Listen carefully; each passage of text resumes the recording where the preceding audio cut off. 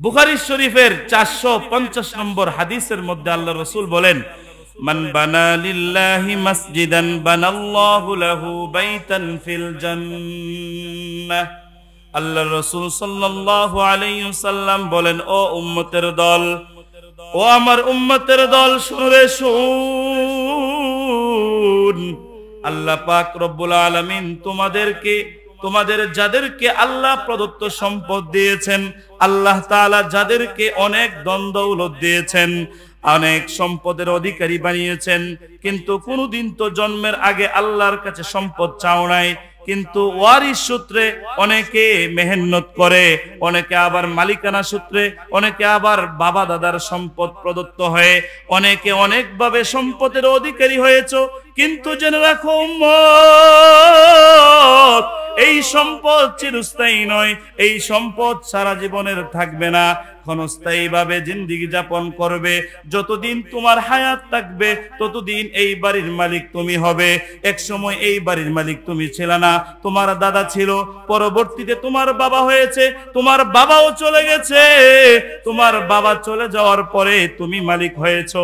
কিন্তু একদিন এমন আসবে যেদিন তুমি থাকবে না, কিন্তু এই বাড়ির মালিক তোমার নাতি ছেলে হবে, তোমার ছেলেও থাকবে না, তোমার নাতি হবে, তোমার নাতিও থাকবে না, তোমার পুতি হবে, পর্যায়ক্রমে ভবিষ্যৎ প্রজন্ম মালিক হবে কিয়ামত পর্যন্ত। কিন্তু তুমি যদি জ্ঞানী হয়ে থাকো, তুমি যদি অনেক চিন্তাশীল হয়ে থাকো, তাহলে আল্লাহ প্রদত্ত সম্পদ থেকে তুমি কোনো না কোনো ভাবে জ্ঞানীর কাজ করবে, আল্লাহর রাস্তায় খরচ করবে, মসজিদ নির্মাণ কাজের ক্ষেত্রে দিয়ে যাবে। মসজিদ নির্মাণ করার জন্য, এলাকা মহল্লার মসজিদ আরো ডেভেলপ হওয়ার জন্য যখন যেই জিনিসটা প্রয়োজন সেই জিনিসটা প্রদান করবে, তখন আল্লাহর পক্ষ থেকে ঘোষণা হবে, কেমন যেন তুমি দুনিয়াতে আল্লাহর জন্য ঘর নির্মাণ করেছো। আল্লাহ বলবেন, তুমি যখন ইন্তেকাল হবে, যখন তুমি দুনিয়া থেকে চলে আসবে আমার ডাকে সাড়া দিয়ে, তখন তোমার জন্য আমি আল্লাহ ব্যবস্থা রাখবো। কিয়ামতের ময়দানে, হাসরের ময়দানে তোমার হিসাব নিকাশ সহজ হয়ে যাবে। আর পরিণামে তোমার এই মেহনতের বদৌলতে, তোমার দান খায়রাতের বদৌলতে জান্নাতে তুমি আগমনের আগেই জান্নাতের মধ্যে আমি আল্লাহর পক্ষ থেকে তোমার জন্য ঘর নির্মাণ করে রাখা হবে। সুবহানাল্লাহ। যে মহান রব্বুল আলামিন আমাদের সবাইকে আল্লাহ তাআলার মহাহুকুম সালাতুল জুমা আদায় করার লক্ষ্য উদ্দেশ্য নিয়ে পৃথিবীর শ্রেষ্ঠতম জায়গা আল্লাহর ঘর মসজিদে এসে মানসিকভাবে প্রস্তুতি গ্রহণ করে আসার বসার তৌফিক করেছেন, সেই জন্য সেই রব্বে কারীমের দরবারে সকলেই খুশি মনে জবান খুলে শ্রদ্ধাজড়িত কণ্ঠে বিনয় অবনমিত চিত্তে কালিমাত শুকর একসাথে এক আওয়াজ বলি আলহামদুলিল্লাহ। যারা আমরা এখনো মসজিদে আসি নাই, আরো আগেই আসার দরকার ছিল, অনেক আগেই আজান হয়েছে। আবহাওয়ার কারণে মনে হয় সকাল, কিন্তু ঘড়ির দিকে তাকাইলে অনেক সময় হয়ে গেছে, প্রায় 1টার উপরে বেজে গেছে। আমরা দ্রুত মসজিদে চলে আসি। মুহতারাম হাজিরিন, আমি আপনাদের সামনে সূরাতুত তাওবার 18 নম্বর আয়াত তেলাওয়াত করেছি এবং বুখারী শরীফের 450 নম্বর হাদিস পাঠ করেছি। আয়াত ও হাদিসের আলোকে আজকে আমাদের আলোচনার বিষয় হবে দান করার ফজিলত, দান করলে কি লাভ আর না করলে কি ক্ষতি। আল্লাহ পাক রব্বুল আলামিন যদি আমাদেরকে তৌফিক দান করেন তাহলে সেই সম্পর্কে আলোচনা করার চেষ্টা করব। মা তৌফিক ইল্লা বিল্লাহ। মুহতারাম হাজিরিন, দান শব্দটা এর শাব্দিক অর্থ হলো সহযোগিতা করা, আরেকজনকে মানে সহযোগিতার হাত বাড়িয়ে দেওয়া, তাকে কোনো পারিশ্রমিক ছাড়া, কোনো শ্রম ছাড়া, কোনো কিছুর বিনিময় ছাড়া কিছু দেওয়া।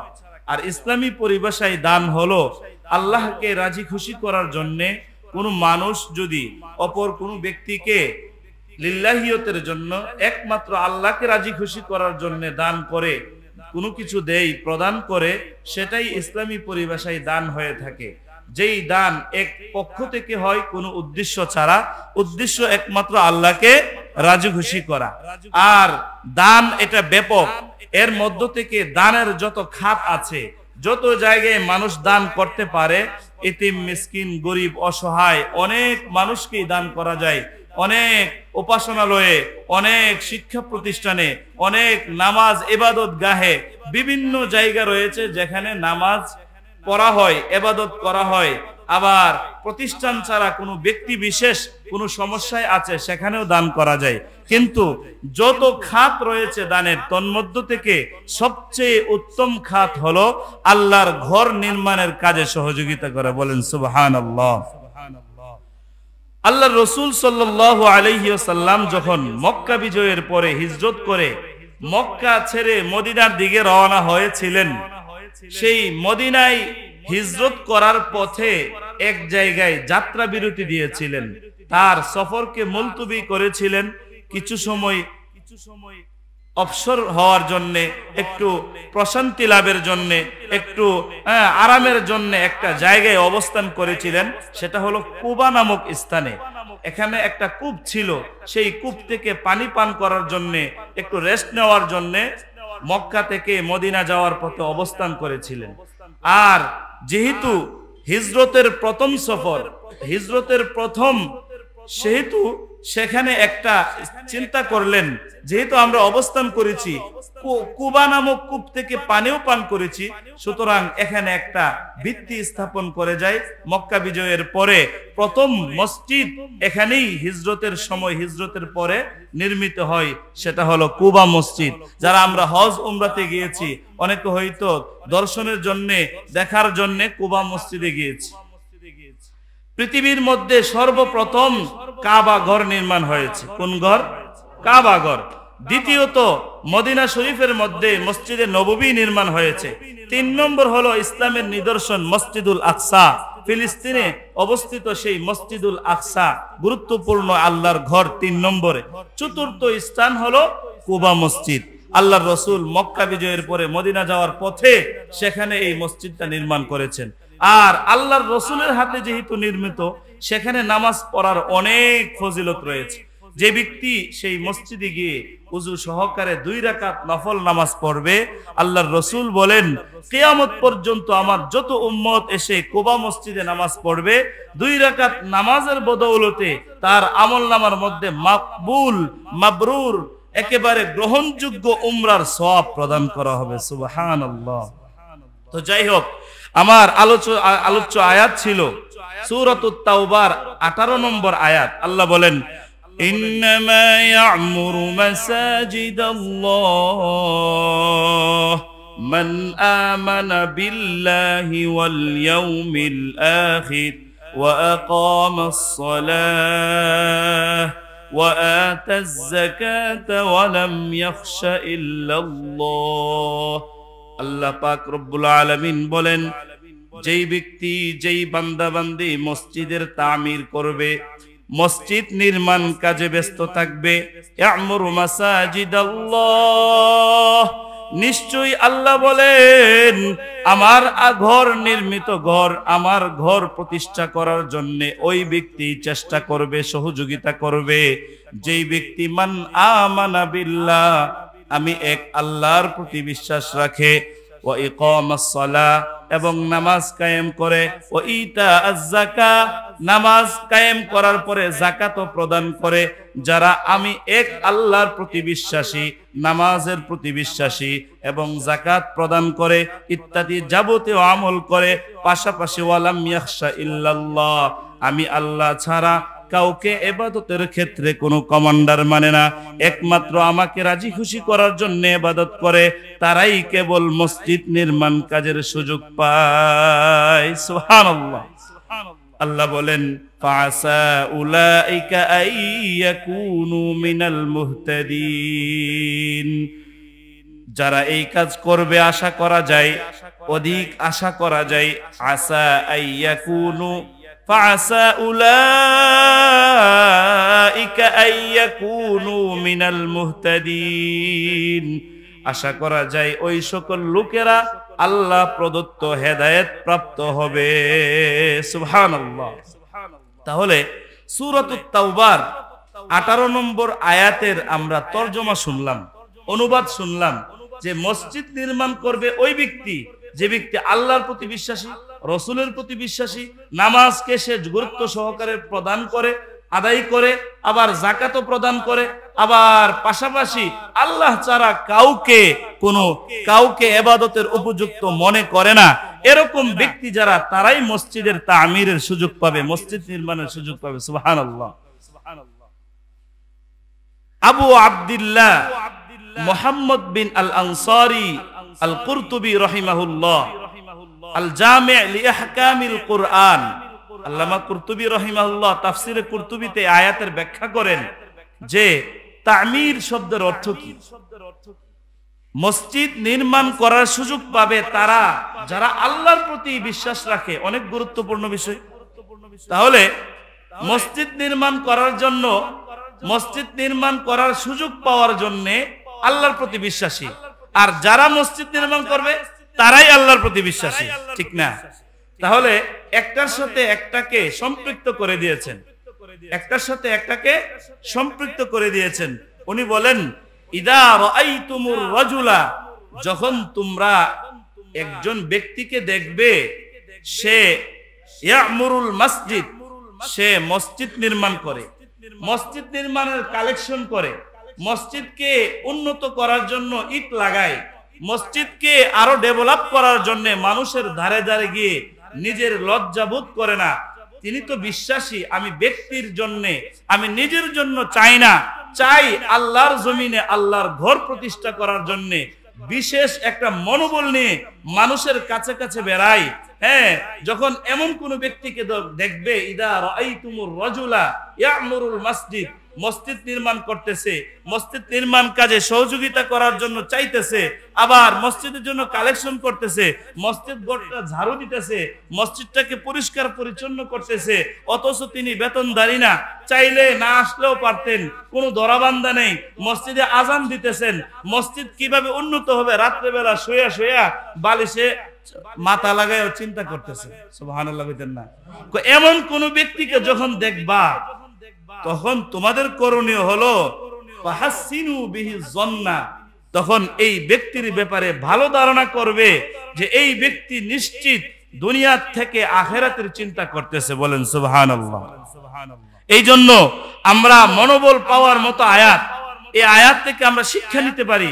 মসজিদের জন্য মেহনত করলে, মসজিদের কাজে সহযোগিতা করলে, মসজিদের দানের কাজে সহযোগিতা করলে, আরেকজনের কাছে কালেকশন করতে গেলে, আরেকজনের কাছে চাইতে গেলে লজ্জাবোধ না রেখে, নিজের ব্যক্তিত্বের দিকে চিন্তা না করে, একেবারে ক্ষুদ্রতম স্বার্থকে ক্ষুণ্ণ করে বৃহত্তম স্বার্থ প্রতিষ্ঠার জন্য আমার চেষ্টা প্রচেষ্টা অবশ্যই আল্লাহর কাছে প্রশংসনীয়। সুবহানাল্লাহ। এই আল্লামা কুরতুবী রাহিমাহুল্লাহু তাআলা তাফসীরে কুরতুবীর মধ্যে বলেন, ক্বালা বা'দুস সালাফ ইদা রাআইতুমুর রাজুলা ফাহাসিনু বিহি যন, যখন কোন ব্যক্তিকে এরকম কাজ করতে দেখবে অবশ্যই তুমি ধারণা করবে এই লোক জান্নাতি হওয়ার আশাবাদী, এই লোক জান্নাতে যাওয়ার আশা করা যায়, তার ব্যাপারে ভালো কিছু ধারণা পোষণ করবে, সে নিশ্চিত জ্ঞানী, সে নিজে খেয়ে নিজের পেট নিজে লালন করে, নিজের ভাত নিজে খেয়ে কাজ করতেছে আল্লাহর ঘরে। সুবহানাল্লাহ। বুখারী শরীফের 450 নম্বর হাদিসের মধ্যে আল্লাহ রাসূল বলেন, মান বানা লিল্লাহি মাসজিদান বানাল্লাহু লাহু বাইতান ফিল জান্নাহ। আল্লাহ রাসূল সাল্লাল্লাহু আলাইহি ওয়াসাল্লাম বলেন, ও উম্মতের দল, ও আমার উম্মতের দল, শুন, আল্লাহ পাক রব্বুল আলামিন তোমাদের যাদেরকে আল্লাহ প্রদত্ত সম্পদ দিয়েছেন, আল্লাহ তাআলা যাদেরকে অনেক ধন দৌলত দিয়েছেন, অনেক সম্পদের অধিকারী বানিয়েছেন, কিন্তু কোনদিন তো জন্মের আগে আল্লাহর কাছে সম্পদ চাও নাই, কিন্তু ওয়ারিস সূত্রে অনেকে মেহনত করে, অনেকে আবার মালিকানা সূত্রে, অনেকে আবার বাবা দাদার সম্পদ প্রদত্ত হয়ে অনেকে অনেকভাবে সম্পদের অধিকারী হয়েছে। কিন্তু জেনে রাখো উম্মত, এই সম্পদ চিরস্থায়ী নয়, এই সম্পদ সারা জীবনের থাকবে না।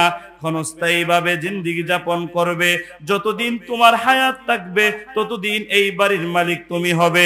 এক সময় এই বাড়ির মালিক তুমি ছিলে না, তোমার দাদা ছিল, পরবর্তীতে তোমার বাবা হয়েছে, তোমার বাবাও চলে গেছে, তোমার বাবা চলে যাওয়ার পরে তুমি মালিক হয়েছো।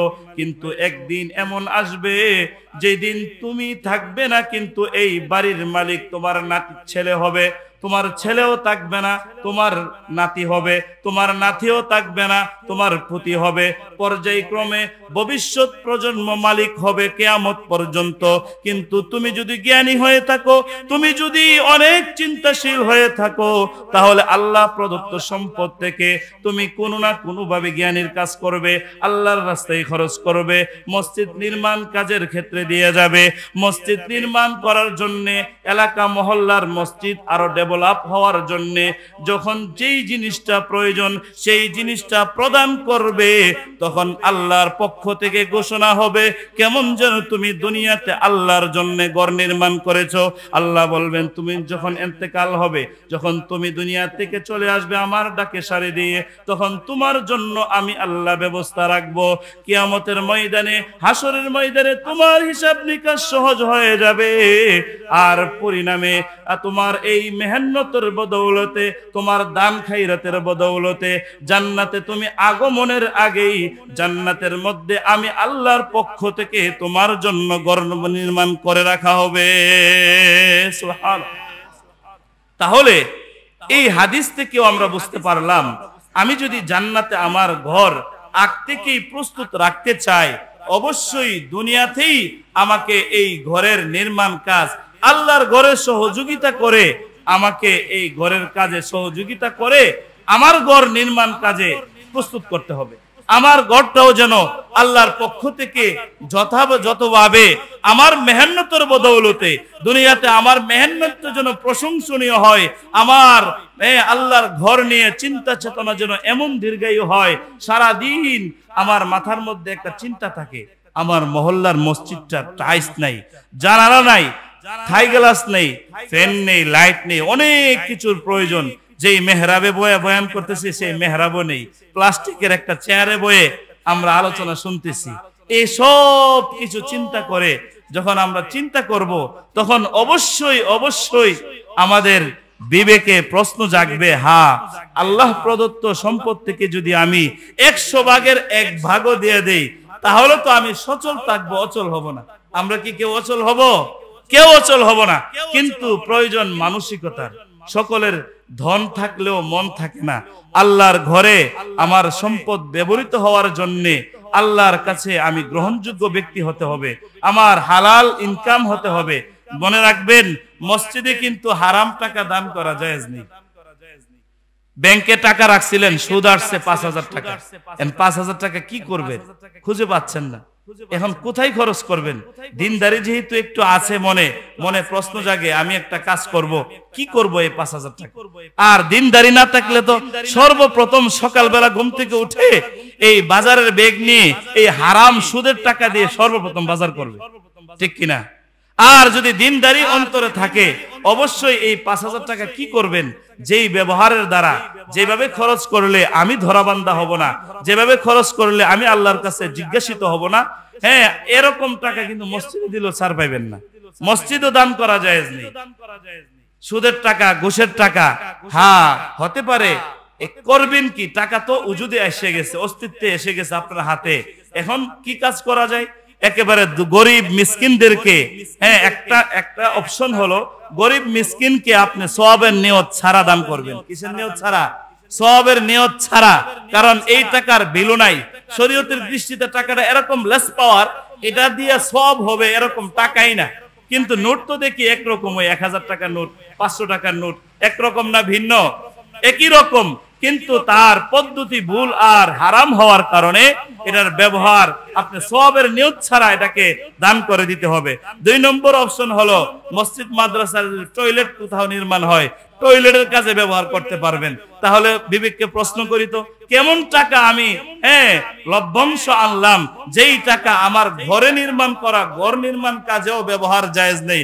আমি খাওয়া, আমার সন্তানাদি বাজার করে এটা দিয়ে এসে জীবনযাপন করবে, খাবে, আহার করবে, সেটা তো আর আগেই না জায়েজ। আল্লাহর ঘর মসজিদে দিব, এটাও না জায়েজ। একমাত্র অপশন রাখা হয়েছে গরিব মিসকিন আর টয়লেট নির্মাণ কাজে দিতে পারবে। এই জন্য আমরা আমাদের হালাল ইনকাম থেকে মসজিদের নির্মাণ কাজে সহযোগিতা করব। মসজিদে যে যত বেশি দিতে পারবো। আমাদের এই আলোচনা যে যেখান থেকে শুনতেছি দেখতেছি, আল্লাহ পাক রব্বুল আলামিন অনেক বান্দাদেরকে সম্পদ দিয়েছেন, কিন্তু ধন দিয়েছেন, মন দেয় নাই। অনেক বান্দাদেরকে আবার মন দিয়েছেন, ধন দেয় নাই। কিন্তু কি আর করার, তাকদীরের ব্যাপার। যে যতটুকু সম্পদের মালিক, যার যার অবস্থান থেকে এতটুকু দেওয়াই হলো কাম্য, এতটুকু প্রদান করাই হলো যৌক্তিক। আল্লাহ রাসূল সাল্লাল্লাহু আলাইহি ওয়াসাল্লাম একবার সাহাবায়ে কেরামের মাঝে ঘোষণা করলেন, ও সাহাবায়ে কেরাম, ইসলামের বিজয় আনার জন্য, যুদ্ধকে বিজয় করার জন্য যুদ্ধে অনেক খরচ হয়, কালেকশন দরকার। দ্বীন ইসলাম প্রতিষ্ঠার জন্য তোমরা যে যা পারো তোমরা দান করো, যার যার সাধ্য অনুপাতে নিয়ে আস। এই ঘোষণার পরে খলিফাতুল মুসলিমিন হযরত উমর ইবনুল খাত্তাব রাদিয়াল্লাহু তাআলা আনহু উনি ভাবলেন, আমি যেহেতু বড় লোক, আমার সম্পদ অনেক, যদি আমি অর্ধেকও নিয়ে আসি তাহলে দেখা যাবে আমার সাথে কেউ কোলাবে না, আমি সবচেয়ে বেশি দানবীর থাকবো, আমি সবচেয়ে বেশি আজকের দানশীল হিসেবে ঘোষিত হব। আমি একটা কাজ করি, যত সম্পদ আছে অর্ধেক নিয়ে আসা পড়ুম, তাহলে তো আমি পাস করব, রাসূলের কাছে গ্রহণযোগ্য হব, আল্লাহর কাছে গ্রহণযোগ্য হব। সুবহানাল্লাহ কইতেন না? আবার এই ঘোষণার পরে প্রথম খলিফা আবু বকর সিদ্দিক রাদিয়াল্লাহু তাআলা আনহু উনিও মনে মনে ভাবলেন, আজ সবসময় তো আমি বিজয় লাভ করি, দান খায়রাতের ক্ষেত্রে আমার অগ্রণী ভূমিকা থাকে, সুতরাং আজকের ঘোষণার পরেও আমার ভূমিকা থাকবে, আমি ঘরে গিয়ে যত কিছু পাই সব নিয়ে আসব, একটা টাকাও আমি রেখে আসব না, সব আল্লাহ রাসূলের ঘোষণা অনুযায়ী দ্বীন ইসলামের বিজয়ের জন্য, ইসলামের ভিত মজবুত হওয়ার জন্য, ইসলাম প্রতিষ্ঠা লাভ করার সহযোগিতার ক্ষেত্রে আমি আমার সব সম্পদ দান করে দিব। সুবহানাল্লাহ। এই ঘোষণার পরে উমর ইবনুল খাত্তাব কিন্তু মনে মনে ভাবছেন যে আজকে কোনদিন আবু বকরের থেকে আমি সামনে অগ্রসর হইতে পারি না। সব সময় দান খায়রাতের ক্ষেত্রে আবু বকর সিদ্দিক রাদিয়াল্লাহু তাআলা উনি সবচেয়ে বেশি অগ্রগামী ভূমিকা রাখেন, উনি বেশি দান করেন, আমরা পিছনে থাকি। আমার যেহেতু ধন সম্পদ বেশি আছে, আজকে একটা খেলা দেখাবো, আমার সম্পদের অর্ধেক নিয়ে আসবো, তাহলেই তো আবু বকরের, আমার অর্ধেক সমতুল্য তো আবু বকরের নাই। সুবহানাল্লাহ কইতেন না? উনি ভাবতেছেন আমার অর্ধেক যতটুকু হবে, কথার কথা 5 কোটি, তাহলে তো আবু বকরের সব সম্পদ মিললে 1 কোটি হবে। তাহলে উনি যদি সব আনে, আমি যদি অর্ধেক আনি, বেশি কাটটা হচ্ছে আবু উমর রাদিয়াল্লাহু তাআলা আনহু সম্পদ। এই ভেবে উনি ওনার অর্ধেক সম্পদ আল্লাহ রাসূলের কাছে নিয়ে আসলেন। আর সাইয়্যিদুনা হযরত আবু বকর রাদিয়াল্লাহু তাআলা আনহু উনি ওনার ঘরের যাবতীয় সম্পদ রেখে আসছেন, যা ছিল সব নিয়ে আসছেন। আনার পরে আল্লাহ রাসূলের কাছে আরো অন্যান্য সাহাবী যার যার সাধ্য অনুপাতে নিয়ে আসছে। তখন কালেকশনের জরিপ হয়েছে, কে আজকে সবচেয়ে বেশি অবদান রাখলো। তখন প্রত্যেককে প্রশ্ন করার পরে পর্যায়ক্রমে যখন উমর ইবনুল খাত্তাব রাদিয়াল্লাহু তাআলা আনহুকে প্রশ্ন করা হলো, হো এ উমর, অর্ধ জাহানের বাদশা উমর, তুমি কি আনছো বলো তো দেখি। উমর ইবনুল খাত্তাব রাদিয়াল্লাহু তাআলা আনহু বললেন, আমি আমার সঞ্চিত সম্পদের পুরা সম্পদের 50%, অর্থাৎ অর্ধেক সম্পদ আমি নিয়ে আসছি, আর অর্ধেক আমার পরিবার পরিজনের জন্য রেখে আসছি। ঠিক আছে আবু বকর, তুমি কি নিয়ে এসেছো? তখন আল্লাহর রাসূলের জবাবে আবু বকর সিদ্দিক রাদিয়াল্লাহু তাআলা তিনি বললেন, আমি তো ইয়া রাসূলুল্লাহ, আমার তো উমরের মতো বেশি সম্পদ নেই, কিন্তু আমার ঘরে আমার সঞ্চিত, আমার কাছে, আমার পরিবারের কাছে, আমার ছেলে মেয়ের কাছে যত জায়গায় গচ্ছিত ছিল, সংরক্ষিত ছিল, সব সম্পদ আমি একত্রিত করে পরিবার পরিজনের জন্য কিছুই রেখে আসি নাই।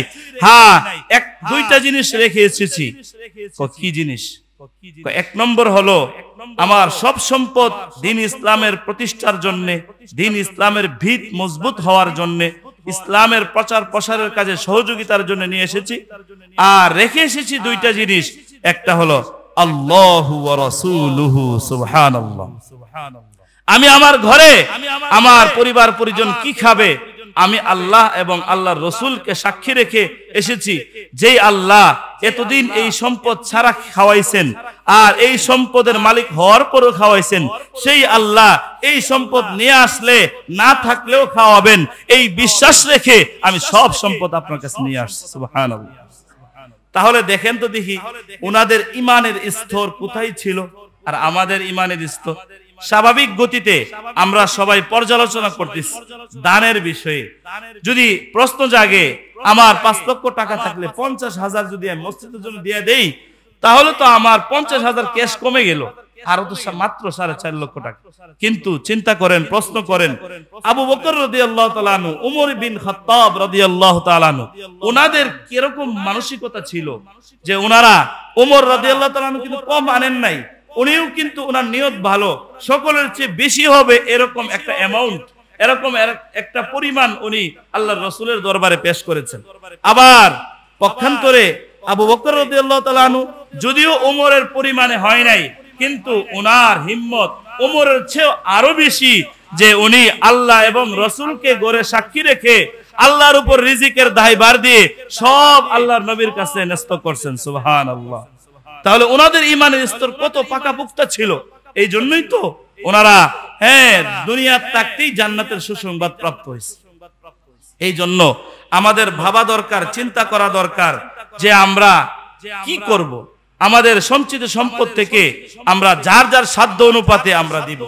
তখন আল্লাহ রাসূল সাল্লাল্লাহু আলাইহি ওয়াসাল্লাম সাহাবায়ে কেরামের কারগুজারি শোনার পরে তখন ঘোষণা দিলেন, ও সাহাবায়ে কেরাম, শুনো শুনো, আজকে তোমাদের এই কালেকশনে, আজকে তোমাদের এই নেক কাজে, সহযোগিতার ক্ষেত্রে, ইসলাম প্রতিষ্ঠা লাভের কালেকশনের ক্ষেত্রে তোমাদের মধ্যে অতীতে যেরকম ভাবে সাইয়্যিদুনা আবু বকর রাদিয়াল্লাহু তাআলা আনহু ফাঁস করেছেন, উনি অগ্রগামী ভূমিকা রেখেছেন, আজকেও যদিও উমর তার থেকে বেশি সম্পদ এনেছেন, কিন্তু নাম্বারিং এর দিক দিয়ে ইখলাস আর একনিষ্ঠতার ক্ষেত্রে যেহেতু পাকাপোক্তা পাওয়া গেছে আবু বকরকে, সুতরাং আজকের দানের ক্ষেত্রেও সবচেয়ে বেশি অগ্রগামী ভূমিকা পালন করেছেন আবু বকর। তাহলে এখন প্রশ্ন করেন তো, আমার তৌফিক নাই কোটি কোটি টাকা দেওয়ার, কিন্তু আমার তৌফিক তো আছে 5 টাকা দেওয়ার, অবশ্যই আছে। তাহলে ওমর রাদিয়াল্লাহু তাআলা ওনার সঞ্চিত সম্পদের সব নিয়ে যায়ও উনি দ্বিতীয় স্তরে আছেন। আর প্রথম স্তরে কে? আবু বকর রাদিয়াল্লাহু তাআলা আনহু।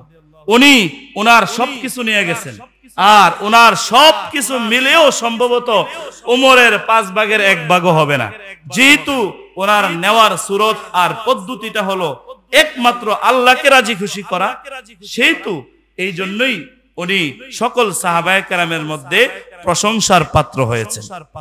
এই হাদিস থেকে আমাদেরও শিক্ষা হলো, আমরাও আমাদের সাধ্য অনুপাতে দান করব কি করব না? ইনশাআল্লাহ করব তো। হ্যাঁ, অন্যদের কাছেও আমরা হাত বাড়াবো, পাশাপাশি নিজেরাও ইনশাআল্লাহ দানের হাত প্রসারিত করব। কেন? আল্লাহর রাসূল মুসনাদে আহমদের এক হাদিসে বর্ণিত হয়েছে, মুসনাদে আহমদের 22,133 নম্বর হাদিসে আল্লাহ রাসূল বলেন, আস-সাদকাতু তুতফিউল বালা।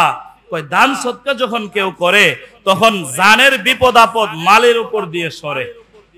অনেক সময় দেখবেন হঠাৎ এক বিপদ লেগে গেছে, হঠাৎ আপনার রান্নাঘরে আগুন লেগে রান্নাঘর পুড়ে ছারখার হয়ে গেছে, আপনার মনোবল ভাঙ্গার কিছু নেই।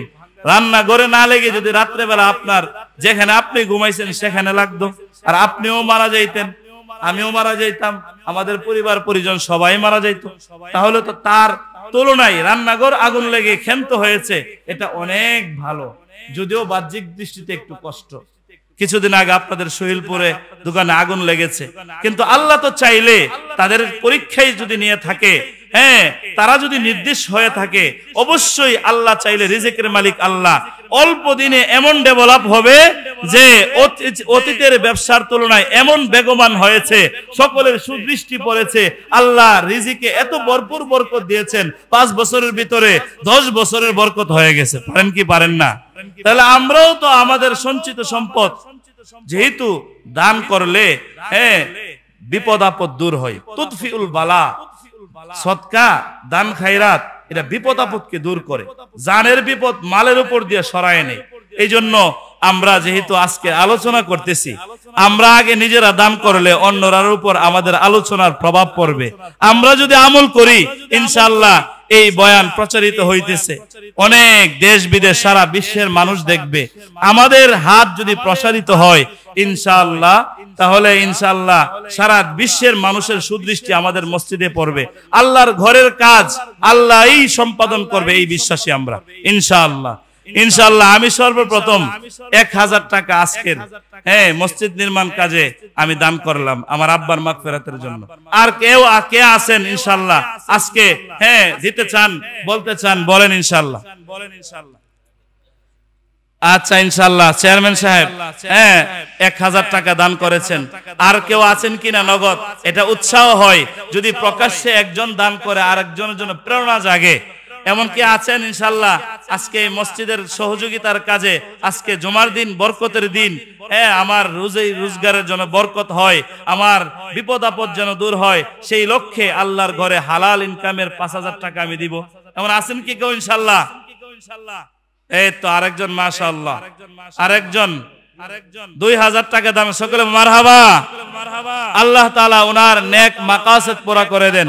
আর আছেন কি কেউ ইনশাআল্লাহ 1000 500 100 আমরা মসজিদের কাজে দানের পর্যালোচনা করলে, ইমানি মুযাকারা করলে পরস্পর একে অপরের জন্য এটা উৎসাহের কারণ হয়, একটা উদ্দীপনার কারণ হয়। এমন আছেন কি কেউ ইনশাআল্লাহ? আর যদি আমরা পরবর্তীতে দেব ইনশাআল্লাহ। এখন প্রস্তুত না থাকলে যে কোনো সময় যে কোনো প্রেক্ষাপটে দান কাকে বলে? আল ইআতাউ মা ইয়ামবাগি লিমান ইয়ামবাগি। উত্তম দান হলো যে ব্যক্তি মা ইয়ামবাগি লিমান ইয়ামবাগি, কোন ব্যক্তির জন্য যখন যেই জিনিসটার প্রয়োজন